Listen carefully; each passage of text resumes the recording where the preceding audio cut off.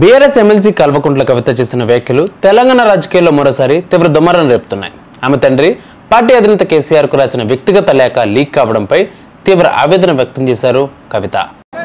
జై తెలంగాణ. నేను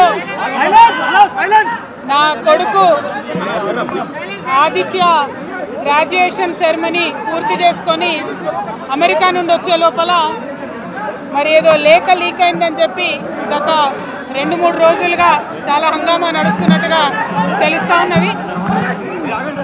మరి ఈ సందర్భంగా నేను చెప్పదలుచుకున్నది ఒకటే, 2 వారాల క్రితం నేను గౌరవనీయులు పెద్దలు కేసీఆర్ గారికి ఒక లేఖ రాయడం జరిగింది. నేను ఈ విధంగా కేసీఆర్ గారికి ఇదివరకు కూడా నా ఒపీనియన్స్ ఎప్పుడున్నా కూడా లేఖ ద్వారా చెప్పడం జరిగింది. అయితే ఈసారి నేను మొన్ననే చెప్పున్నాను, కుట్రలు కుతంత్రాలు జరుగుతూ ఉన్నాయని.